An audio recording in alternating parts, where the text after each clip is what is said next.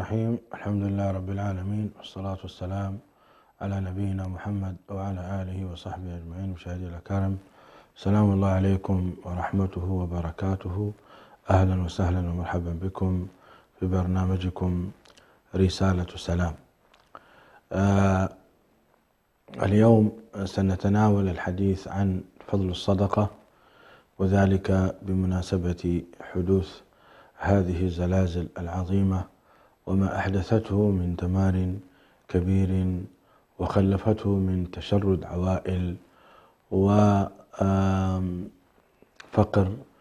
كبير واحتياج عظيم لأكثر من لملايين من البشر، نستطيع نقول لملايين من البشر. وأنتم مشاهدي الأكارم تتابعون الأخبار أول بأول، فعدد الأعداد التي فقدت وماتت كبيرة، ولكن الأعداد التي تشردت أضعاف مضاعفة.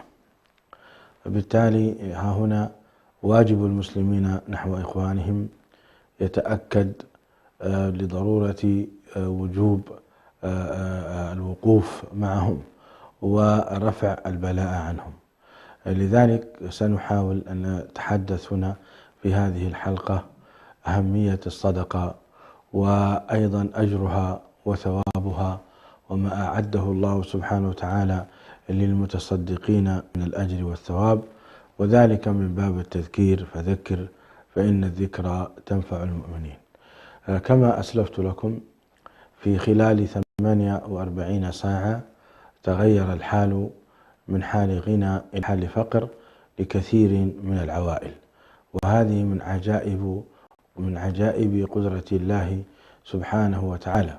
في خلال 48 ثانية أو أقل من ذلك هدمت كثير من المصانع، ودفنت كثير من المليارات، وأصبحت الأرض والقرى كلها ركاما، فتشرد الناس وأصبحوا في خلال هذه الثواني من أناس أغنياء أثرياء إلى أناس فقراء لا يجدون بيتا يسكنونه، وإنما يتلاحفون السماء ويفترشون الأرض.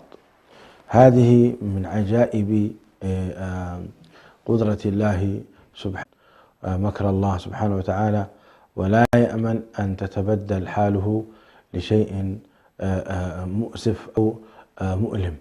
ولذلك كان من دعاء النبي صلى الله عليه وسلم: اللهم إني أعوذ بك من زوال نعمتك وتحول عافيتك وفجاءة نقمتك وجميع سخطك. هذا دعاء عظيم ينبغي لكل مسلم أن يدعو به ليلا ونهارا، صباحا ومساء، حتى يقي نفسه من عقوبة الله سبحانه وتعالى المفاجئة. هذا الجانب مهم أن نتذكره. وجانب آخر، هؤلاء الذين تشردوا، واجبنا نحن كمسلمين أن نؤويهم، وأن الحقيقة أن نجتهد قصارى جهدنا في أن ندعمهم ونقف بجوارهم. الحكومة التركية رأيناها كيف أسرعت إلى منطقة الزلزال، وقدمت ما بوسعها وما زالت تقدم ليلا ونهارا إلى هذه اللحظة في إغاثة هؤلاء المنكوبين. ولكن جهد الحكومة لا يكفي. واليوم طلعنا على بعض الأخبار أن رئيس رجب طيب أردوغان حفظه الله ورعاه وجه إلى جميع المسلمين بضرورة إعانة إخوانهم. إخواني، أعتقد أن مثل هذه الكوارث لا يمكن حلها إلا بمنهج النبي صلى الله عليه وسلم. صدقوني والله، مهما من المساعدات ومهما قدمنا لهم من الأموال ومهما بنينا لهم من الخيام ومهما أعطيناهم من الطعام لن يكون ذلك الحل أفضل من حل النبي صلى الله عليه وآله وسلم. تتعجبون ما هو هذا الحل لمثل هذه الأمور، وتتساءلون ما هو الحل الناجع الذي فعلا يؤكد الأخوة الإسلامية، وفعلا يعني يكفل الأسرة بكاملها ويأمن لها شرفها وعزها ومجدها، وفي نفس الوقت يؤمن لها الراحة والطمأنينة. الخيام دعونا نتكلم عنها. الخيام مهما كان يعني فيها من الستر إلا أن يعتريها البرودة، وتعتريها أنها أيضا لو جاءت يعني فيضانات أو شيء من هذا القبيل ربما تدخل في داخل الخيمة وتؤذي الأسر. وهذا رأيناه في خيام المهاجرين من السوريين والفلسطينيين وغيرهم. رأينا حينما يعني ترسل السماء مثل هذه الفيضانات فيحصل فيها مال. كذلك أيضا الخيام يعني يظل أهل الخيام ينتظرون الصدقات وينتظرون التبرعات من المنظمات، ويظلون أنهم منكوبين ويشعرون بهذه النكبة. أما العلاج النبوي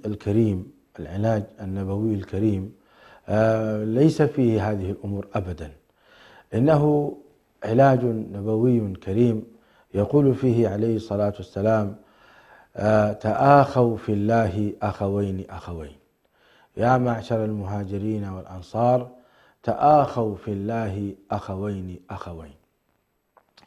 فوجه عليه الصلاة والسلام أن الأنصاري يؤاخي مهاجرا من المهاجرين الذين تركوا أموالهم وبيوتهم وهاجروا إلى المدينة المنورة، فكان الأنصاري يضم أخاه المهاجر ويسكنه معه في بيته، بل ويتقاسم معه ماله، وكذلك أيضا يقوم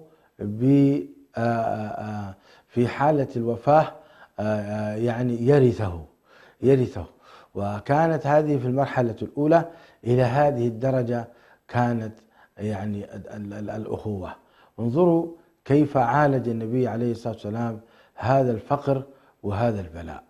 وبذلك يعني مواقف أنتم تعرفونها، موقف عبد الرحمن بن عوف مع الأنصاري الجليل الذي عرض له نصف ماله، وعرض له إحدى زوجتيه، وعرض له أمورا كثيرة يعني لولا أن التاريخ سطرها ما صدقناها أبدا. فما المانع اليوم أن الشعب التركي السليم الذي يعني كان قد نجاه الله عز وجل من هذا البلاء، ما المانع أن يؤوي إخوانه؟ كم سيكون المشردين من الأتراك والسوريين؟ كم عددهم؟ 2,300,000 الذين سلموا أكثر، لأن الشعب التركي عدده أكثر من 90 مليون نسمة. 90 مليون نسمة حينما يتفرقون بين إخوانهم 3 ملايين هؤلاء، حينما يتفرقون بين إخوانهم من 90 مليون لا شيء، يعني سيكون نصيب كل فرد شيء بسيط جدا. فلو أعلن فخامة الرئيس رجب طيب أردوغان هذه الفكرة وطرحها بين إخوانه، أنا أعتقد أن الشعب التركي شعب كريم سيتبادر فورا إلى هذا الموضوع، وتكون هناك النساء مع النساء والرجال مع الرجال، ويرتبون هذا الأمر، فكل عائلة تختار العائلة التي تريد. أما ترك إخواننا هكذا في الصحراء أو نبني لهم كرفانات ونشعرهم أنهم لا زالوا هكذا، فهذه والله يا إخواني يعني لا تكون علاجا فعلا ناجعا لمثل هذه الكوارث. ستصدقوني وسوف تتذكرون كلامي أن العلاج الناجع هو أن تأوي أنت أسرة زارني أحد المشايخ الأفاضل وقد استضاف أسرة تم يعني هدم بيتها تماما. زارني هو ومن أصيب بهذه الفتنة وحكى لي عن الزلزال. سألته الأخ الذي نجا بأسرته كيف نجوتم؟ فقال لي كنا مستيقظين في تلك الساعة قبل صلاة الفجر وقبل الزلزال، ثم حدث زلزال خفيف وبعده أعقبته زلازل، استطعنا أن نهرب. أما من كان نائما في هذه الفترة فإنه قد أصابه قدر الله عز وجل فنجونا. شاهد أن هذا الشيخ جزاه الله خيرا الذي أتى به قد استضافه في بيته وأعطاه شقة وحفظه وستره هو وعائلته. انظروا إلى هذه الأخلاق العظيمة. ولم يترك هذا الأخ للمخيمات ولا للكرفانات لأنها في الحقيقة مشكلة. فلذلك هذا الحل أتمنى أن يكون يعني محط أنظار الجميع.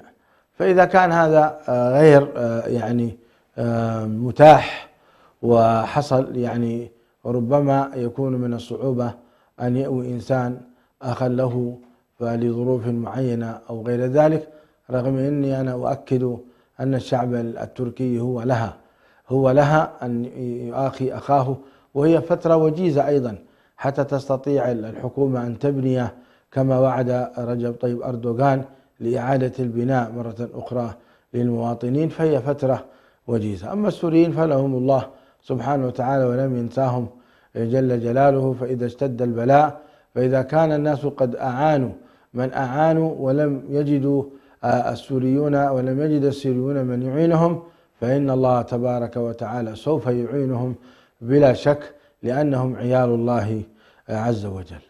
إخواني، ماذا أقول في فضل الصدقة؟ لا يخفى على شريف علمكم، والناس تتحدث عن هذا منذ سنوات طويلة. مثل المؤمنين مثل الذين ينفقون أموالهم في سبيل الله كمثل حبة أنبتت 7 سنابل في كل سنبلة 100 حبة والله يضاعف لمن يشاء والله واسع عليم. الصدقة فضلها عظيم ومكانتها كبيرة جدا عند الله سبحانه وتعالى. يعني الذين ينفقون أموالهم في سبيل الله ثم لا يتبعون ما أنفقوا منا ولا أذى فلهم أجرهم عند ربهم ولا خوف عليهم ولا هم يحزنون. ماذا تريد فضل أفضل من هذا؟ ليس عليك حزن ولا عليك خوف لا في الدنيا ولا في الآخرة. هل تريد بشارة أعظم من هذه البشارة؟ كذلك من أنفق ماله في سبيل الله يعني لا ينقص ماله أبدا. من يقرض الله قرضا حسنا يضاعفه له وله أجر كريم. يعني أنت لما تتعامل مع الله بالصدقة وتخرج المال، والله أنت من اصطفاهم الله عز وجل.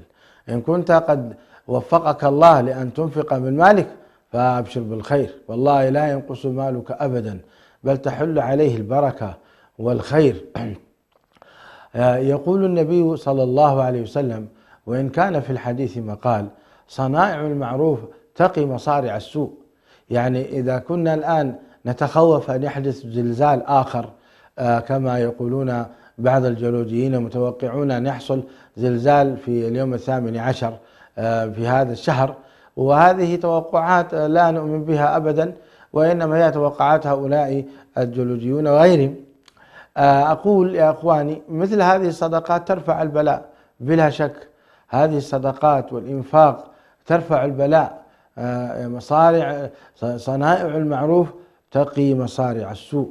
صنائع المعروف تقي مصارع السوء. الصدقة أيضا دواء للمرضى. إخواني، داووا مرضاكم بالصدقة. الصدقة أيضا تعرضك لدعاء الملك. ما من يوم يصبح فيه إلا وملكان أحدهما يقول: اللهم أعط منفقا خلفه، اللهم أعط منفقا خلفه، والآخر يقول: اللهم أعط ممسكا تلفه. إخواني، فضل الصدقة عظيم. امرأة تسقي كلبا فشكر الله لها وغفر لها لأنها سقت كلبا. وأنت اليوم حينما تسقي شعبا كاملا وأمم من النساء والأطفال والرجال يعني أصيبوا ببلاء عظيم تقشعر له الأبدان ويتفطر له القلب وتحزن العين وتدمع. فانظر كيف أخي الكريم حينما أنت تقوم بهذه الصدقة ماذا يعد الله لك من الأجر والحسنات، وماذا سيعد الله لك، يصرف الله عز وجل عنك من الشرور ما لم تكن تتوقعه لمجرد أنك قمت بالصدقة لإخوانك المتضررين. الأمر ليس حقيقة، يعني يستحق أن النساء يبيعن حليهن، يستحق أن المرأة تتصدق بنصف ثيابها لأخواتها، يستحق الأمر أن حتى لو أنت أنفقت ثلثي مالك لمثل هذا فإنه والله ليس بخسارة، لأن الله عز وجل سيعوضك. وبهذا أيضا نرفع سخط الله وغضب الله عنا يا إخواني. صدقوني الصدقة ترفع. ألم نسمع كلام النبي صلى الله عليه وسلم حينما تحدث عن الخسوف والكسوف فقال: فإذا رأيتم ذلك فافزعوا إلى الصلاة والصدقة وصلة الرحم، أو كما قال صلى الله عليه وسلم. هناك حديث في صحيح البخاري نص عليه النبي صلى الله عليه وسلم على الصدقة، لأن الصدقة ترفع البلاء، الصدقة تدفع الشر، الصدقة سبحان الله. وهذا من رحمة الله سبحانه وتعالى بنا أن هيئ لنا أعمال صالحة ترفع سخطه وغضبه عنا، أعمال صالحة ترفع سخطه وغضبه عنا. نعم المال محبب إلى النفس، وأنت تظل تجمع فيه من أجل مستقبلك، ثم تأتي مثل هذه الكارثة فتنفقه. نعم أنفقه فإن الله سيعوضك، ما في شك. من ترك شيئا لله عوضه الله خيرا منه. واليوم الحمد لله الشعب الإريتري المقيم في تركيا قدم ما بوسعه من المساعدات، ما يعني وإن كانت قليلة إلا هي عند الله كثيرة. درهم سبق 100,000 درهم. يقول النبي عليه الصلاة والسلام: درهم واحد سبق 100,000 درهم، أو كما قال صلى الله عليه وآله وسلم. فكون الشعب الإريتري تقدم بهذه الصدقة المتواضعة للشعب التركي فإن هذا إعلان عن التعاون على البر والتقوى، إعلان عن المواساة، إعلان أيضا عن المحبة، إعلان أيضا عن الشكر، لأن الشعب التركي استضافنا في بلاده حكومة وشعبا واحترمونا خاصة كأحباش. فإنك إذا قلت للتركي أنا حبشي فإنه يقفز عليك ويقبل رأسك ويحتضنك احتراما لجناب سيدنا بلال الحبشي مؤذن رسول الله صلى الله عليه وسلم. فنحن بصراحة عشنا في تركيا وما زلنا نعيش في حالة من الاحترام والتقدير وتسهيل الأمور، وليس هنا مجال لذكر ما قدمه لنا الشعب التركي حكومة وشعبا من الأشياء فجزاهم الله عنا خيرا. فعلى كل حال هذا الشعب الإريتري على حاجته وعلى قلة ذات يده قدم ما بوسعه. ونحن اليوم أيضا لازلنا ندعو إخواننا الإريتريين بالتعامل مع جمعية أمل. جمعية أمل الخيرية هي جمعية خيرية إريترية، أمامكم في الشاشة شعارها. هذه الجمعية موجودة في بشك شهير، لديها مكتب تعالج المرضى وتقوم على المعاقين وعلى المحتاجين أيضا. والتبرعات الحمد لله تم جمعها بفضل الله تعالى عبر هذه الجمعية الرسمية، وسوف يتم أيضا بإذن الله تعالى جمع بقية التبرعات وتقديمها للجهات المسؤولة المختصة. اليوم الكارثة شديدة، وكما قلت لكم إخواني والله لا يعالجها إلا أن يستضيف كل مسلم أخاه المسلم. يا ريت يكون هذا بإعلام من الحكومة: استضيفوا إخوانكم في بيوتكم، فإن الناس ستتسابق في ذلك. ولو عملوا لهذا منهجا ورتبوه بنظام بحيث أن الشخص يبقى في بيت أخيه المسلم فترة زمنية حتى تجد له الحكومة بيتا، فصدقوني والله لو عملنا هذا لرفع الله عنا العقاب. كذلك إخواني هناك جمعيات متعددة موجودة في بريطانيا وفي أمريكا وفي أستراليا. إخواننا الإريتريين الذين يعيشون في تلك المناطق ندعوهم للمساهمة في هذا التبرع وبذل الجهد قدر المستطاع للوقوف بجانبهم برابطة الإسلام. فالمؤمنون إنما المؤمنون إخوة كما قال الله عز وجل. ومن هذه الجمعيات المتعاقدة مع جمعية أمل جمعية كبيريه، وإليكم هذا الإعلان بين يديكم. جمعية كبيريه في بريطانيا تجمع هذه التبرعات من أجل تقديمها للجهات المختصة في تركيا عبر جمعية أمل. فجزا الله خيرا القائمين على كبيريه ومبادرتهم الطيبة. يعني 50 يورو ربما يعني تكفل به أسرة كاملة. اليوم الناس بحاجة كاملة جدا إلى مأوى يأويهم. الطعام كثير، اللباس كثير، لكن السكن والمأوى الله المستعان. هنا يتبين لنا إخواني وأخواتي عظم قوله تبارك وتعالى: والله جعل لكم من بيوتكم سكنا. والله جعل لكم من بيوتكم سكنا. تخيل أنت فجأة لا يكون لك بيت ولا سكن، تكون في العراء، مقامك رفيع، وأنت دكتور أو مهندس أو أنت وأنت وأنت في مكانك الاجتماعي، لكن لحظة من الزلزال جعلك تكون صفرا، ليس لك ذهول، يصيبك صدمة. ولذلك ما حصل في تركيا، وحقيقة يعني الحمد لله بعد الحالات البسيطة اللي دخلت في أمور النفسية، لكن معظم الناس صبرهم الله عز وجل وربط على قلوبهم. وهناك كانت الألسن تكرر: لا إله إلا الله محمد رسول الله، أشهد أن لا إله إلا الله وأن محمد رسول الله. هكذا كانوا يكررون وينطقون. هذا الأخ الذي زارني في مكتبي قال لي حتى العلويين الذين يعتبرون ضعاف في الدين كانوا يتشهدون ويستغفرون. نعم يا أيها الناس إن زلزلة الساعة شيء عظيم، يوم ترونها تذهل كل مرضعة عما أرضعت وتضع كل ذات حمل حملها وترى الناس سكارى وما هم بسكارى ولكن عذاب الله شديد. فعذاب الله عز وجل الذي حل بتلك المنطقة جعل الناس كلهم يعني يتشاهدون أن لا إله إلا الله. وهذا فيه رد على الملاحدة الذين يقولون لا إله والحياة مادة. في مثل هذه المواقف لو كانوا موجودين تحت هذا الزلزال أيضا لتحدثت قلوبهم وقالت: نشهد أن لا إله إلا الله وأن محمد رسول الله. في مثل هذه الأمور كل النفوس تتوجه إلى ربها فطرة، لأن القلوب مفطورة أصلا بحب الله عز وجل، مفطورة بالخوف منه، مفطورة بأنها هي له سبحانه وتعالى. وقد شهدت بذلك إذ أخرج ربك من بني آدم من ظهورهم ذريتهم وأشهدهم على أنفسهم قال: ألست بربكم؟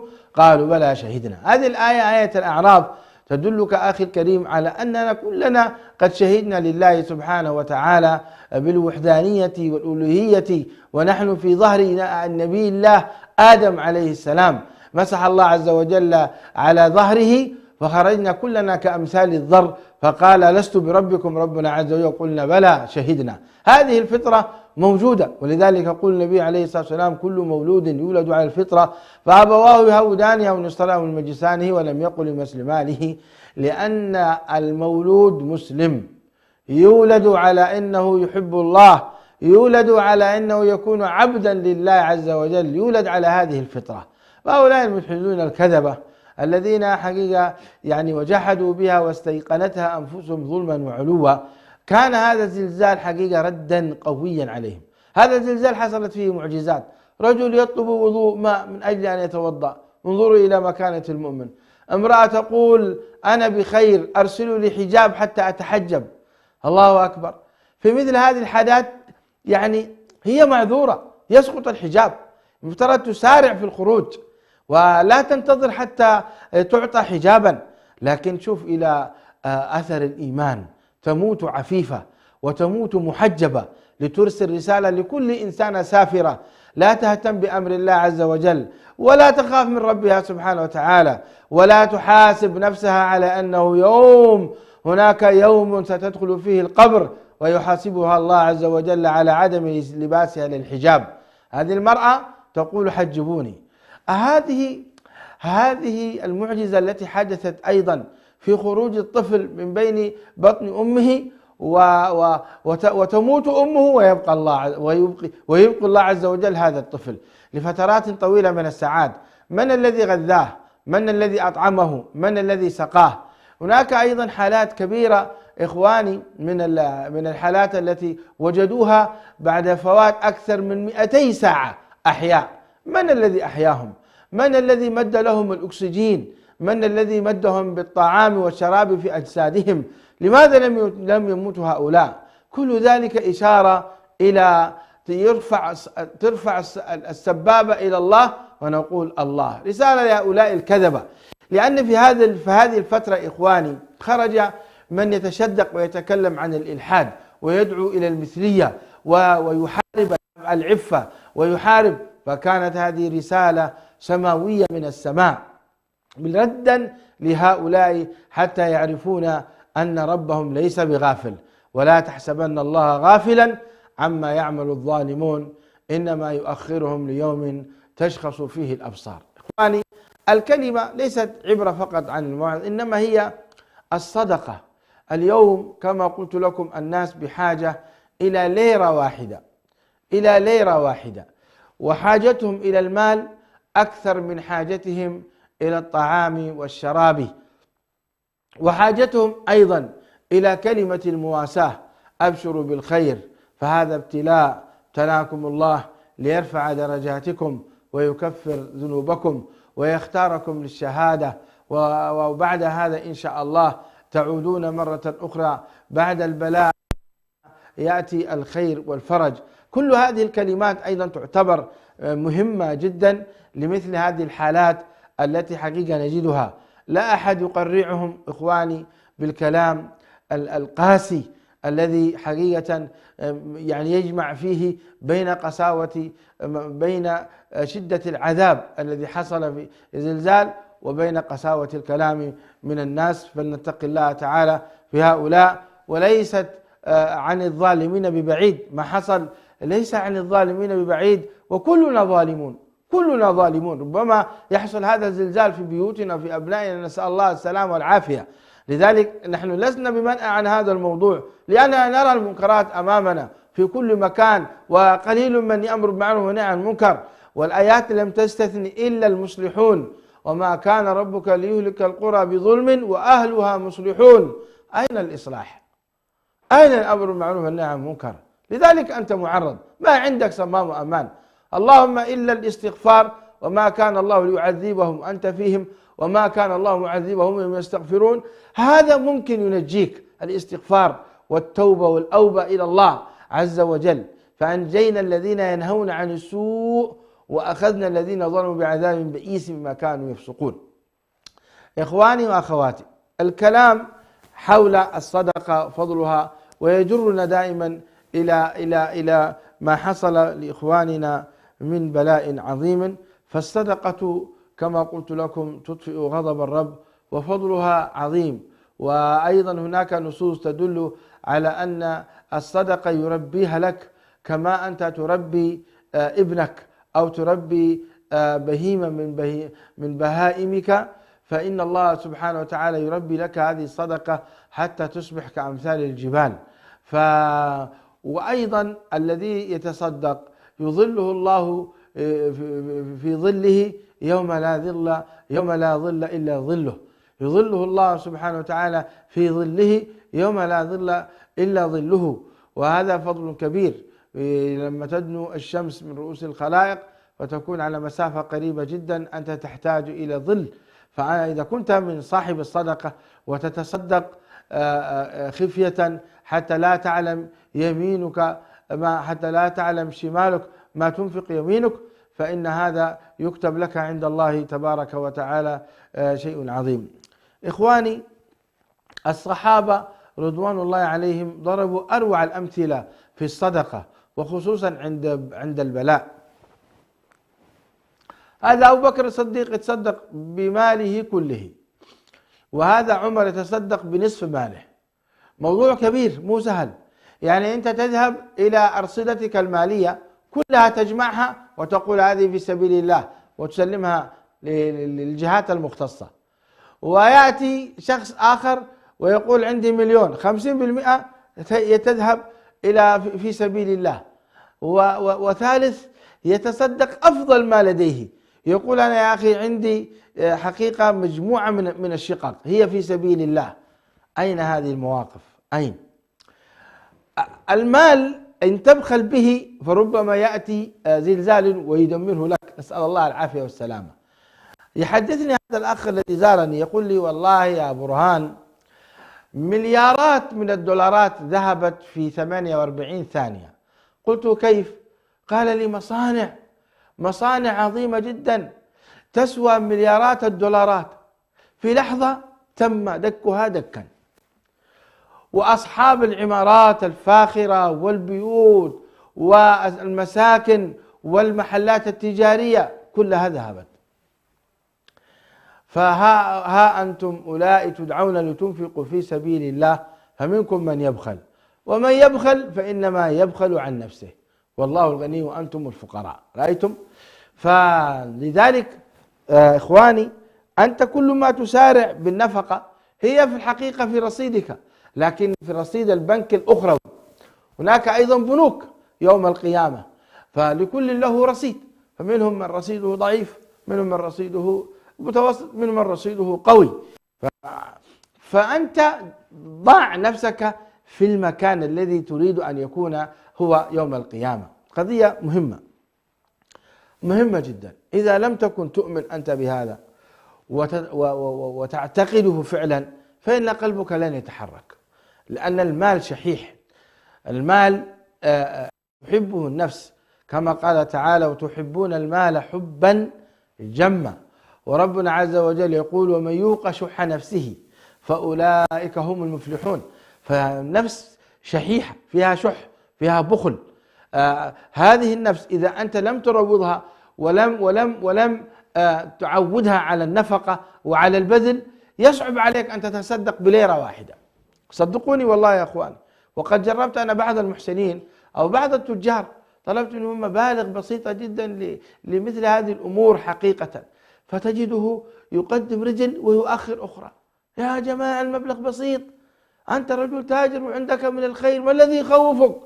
لأن النفس تعودت يا أخواني، النفس ما تعودت أن تنفق. لذلك هذه النفس فيها كبر، فيها بخل، وفيها طمع، وفيها أمل، تؤمل أن تعيش، تؤمل أن تبقى. لذلك يا إخواني هذه موعظة أعظ بها نفسي أولا، ثم إخواني إذا كان عندك شيء فعجل به وتصدق به قبل أن يزول، وإذا تصدقت فإنها طهارة لك. خذ من أموالهم صدقة تطهرهم وتزكيهم بها وصل عليهم إن صلاتك سكن لهم. فالصدقة تزيد وتطهرك وترفع عنك البلاء وتحميك من كل شر، وفي نفس الوقت تطهر قلبك من هذا الشح فتكون أهلا لدخول الجنة. هذا ما عندي حول هذا. أسأل الله تعالى أن أكون قد وفقت فيما أذكر إخواني وأخواتي بواجب وقوفنا مع إخواننا المتضررين، ولعل الله سبحانه وتعالى أن يرفع سخطه وغضبه عنا، وأن يوفقنا نحن وإياكم لكل خير، وأن يتجاوز عنا سبحانه وتعالى، ويكون ما حصل درس وموعظة لنا حتى نتقي الله ونبتعد عن كل ما يسقطه سبحانه وتعالى. أسأل الله لي ولكم الخير. والسلام عليكم ورحمة الله وبركاته.